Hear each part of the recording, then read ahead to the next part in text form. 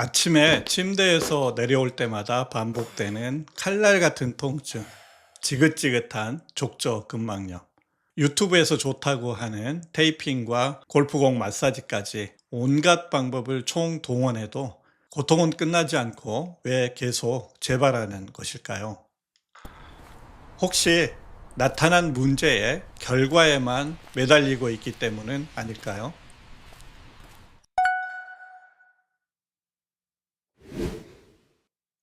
무엇으로 보이나요? 혹시 탁구공이라고 생각하셨나요? 탁구공이 아니고 원래 이렇게 무늬가 선명한 골프공입니다. 수년간 족저근막염으로 고생하던 분이 발바닥 스트레칭을 하면 좋다고 골프공 5개가 무늬가 다 닳아 없어질 때까지 매일 발바닥으로 굴렸다고 합니다. 결과는 어땠을까요? 안타깝게도 통증은 전혀 나아지지 않았다고 합니다. 여기 또 다른 잘못된 믿음의 증거가 있습니다. 4년 동안 발바닥 통증으로 고생했던 한 간호사 선생님의 깔창입니다. 아치를 받쳐주면 압력이 고르게 분산돼서 통증이 덜할 거라는 믿음으로 가지고 있는 모든 신발에 깔창을 넣었습니다. 심지어 병원에서 적지 않은 비용을 주고 맞춤 깔창까지 제작했다고 합니다. 하지만 결과는 기대에 미치지 못했습니다. 처음에는 통증이 조금 줄어드는 것 같았지만 시간이 갈수록 상태는 더욱 나빠졌고 결국 직장까지 그만둬야 했습니다. 이 두 분은 현재 어떻게 되었을까요? 두 분 모두 첫 스폰수도 관리만으로 절반 이상의 통증이 사라졌고 5회차 관리가 끝날 무렵에는 지긋지긋한 통증에서 벗어나 현재는 전혀 불편 없이 지내고 있습니다. 왜 이렇게 큰 차이가 나는 걸까요? 핵심은 문제의 근본 원인을 찾아 해결하는 스폰수도와 통증이 나타난 부위에 집중하는 접근 방식 차이 때문입니다.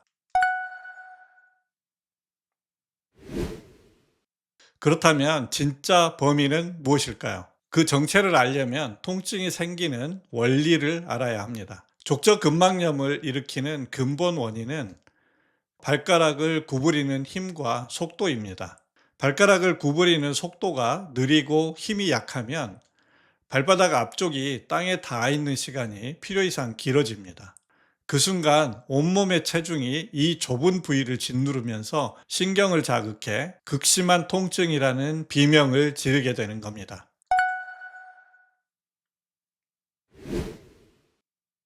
그렇다면 도대체 왜 발가락을 구부리는 힘은 약해지고 속도는 느려지는 걸까요?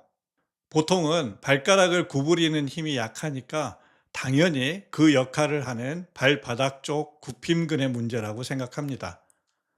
하지만 스본스도는 여기서 통념을 완전히 뒤집는 새로운 접근을 합니다. 진짜 문제는 발바닥이 아니라 그 반대편인 발등에 있다고 말입니다.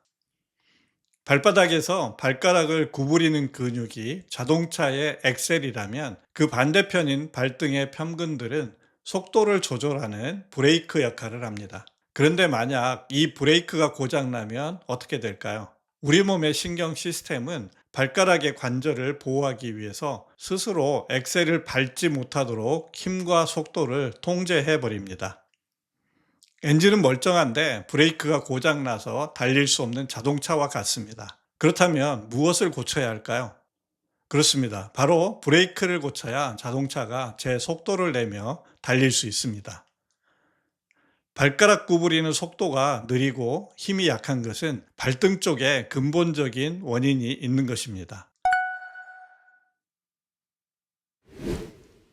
앞서 말씀드린 간호사 선생님의 이야기는 안타깝게도 발바닥의 통증에서 끝나지 않았습니다. 직장까지 그만둬야 했던 그 심각한 발바닥 통증은 사실 커다란 비극의 서막에 불과했습니다. 발의 기능이 완전히 무너지자 우리 몸의 총사령부인 KSNS는 기초가 붕괴된다는 비상신호를 온몸에 보냈습니다. 하지만 발바닥의 작은 통증이라는 첫 경고를 무시하고 오히려 깔창으로 그 감각마저 마비시키자 이 끔찍한 연쇄 반응은 결국 최악의 형태로 폭발하고 말았습니다. 온몸의 관절통과 극심한 피로감, 그리고 비염까지 겹쳐 삶의 질이 크게 떨어졌습니다.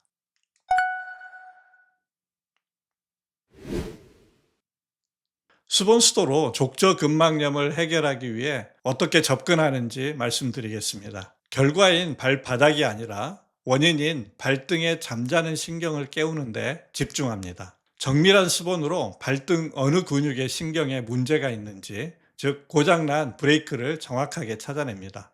발목을 바닥쪽으로 구부리는 동작도 수본을 합니다. 그리고 발가락과 발목을 당기는 근육들 중에서 고장난 근육의 수도 포인트를 찾아 정확한 수도로 신경의 스위치를 켭니다. 발가락과 발목을 당기는 스트레칭을 통해 지속력까지 커지면 구부리고 당기는 힘이 균형이 회복되면서 통증이 극적으로 줄어듭니다. 발등의 브레이크를 고치면 우리 몸은 비로소 안심하고 발가락의 엑셀을 힘껏 밟을 수 있게 되는 원리입니다. 그때부터 우리 몸의 위대한 자연 치유력이 스스로 문제를 해결하기 시작합니다. 하지만 반드시 기억해야 할 점이 있습니다. 무의식 신경 시스템인 KSNS의 고장은 다른 사람의 수본을 통해서만 찾을 수 있고 수도 또한 타인이 해야만 효과가 있습니다.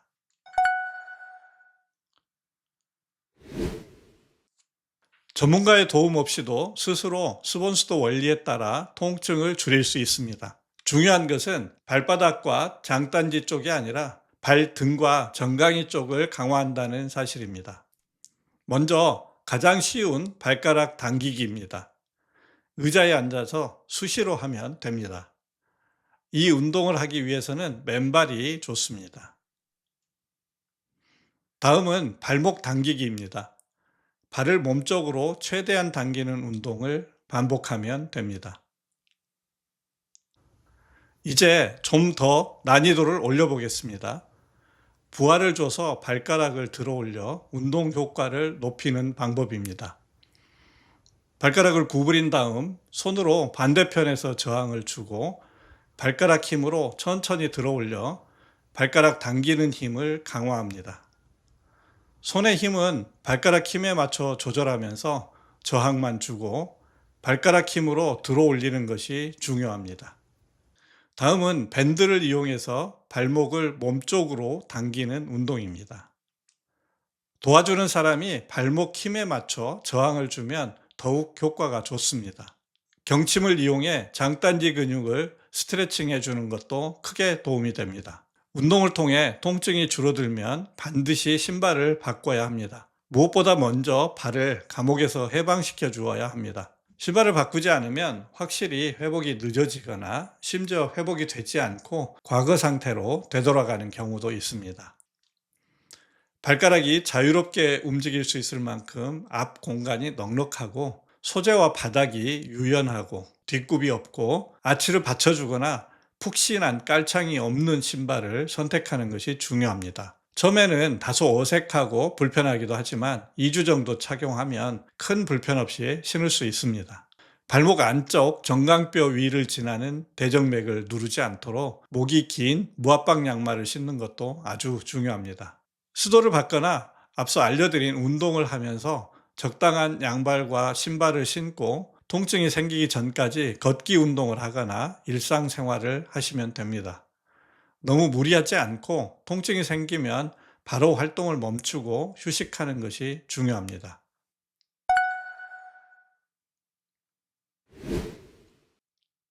족저근막염이 낫지 않았던 진짜 이유는 원인을 놓아두고 증상과 싸우고 있었기 때문입니다. 이제 시선을 고통스러운 발바닥에서 잠들어 있는 발등으로 옮겨 보십시오. 문제의 진짜 원인을 마주할 때 비로소 이 지긋지긋한 통증의 고리를 끊고 자유로운 걸음을 되찾을 수 있습니다. 수본수도는 통증의 근본 원인 해소를 위해 노력합니다. 오늘 내용이 유익했다면 구독과 좋아요, 알람 설정 부탁드리고 앞으로 계속되는 수본수도 여정에 함께 해주시기 바랍니다. 다음에 더 흥미진진한 영상으로 찾아오겠습니다. 시청해 주셔서 고맙습니다. 한국수본수도 연구회였습니다.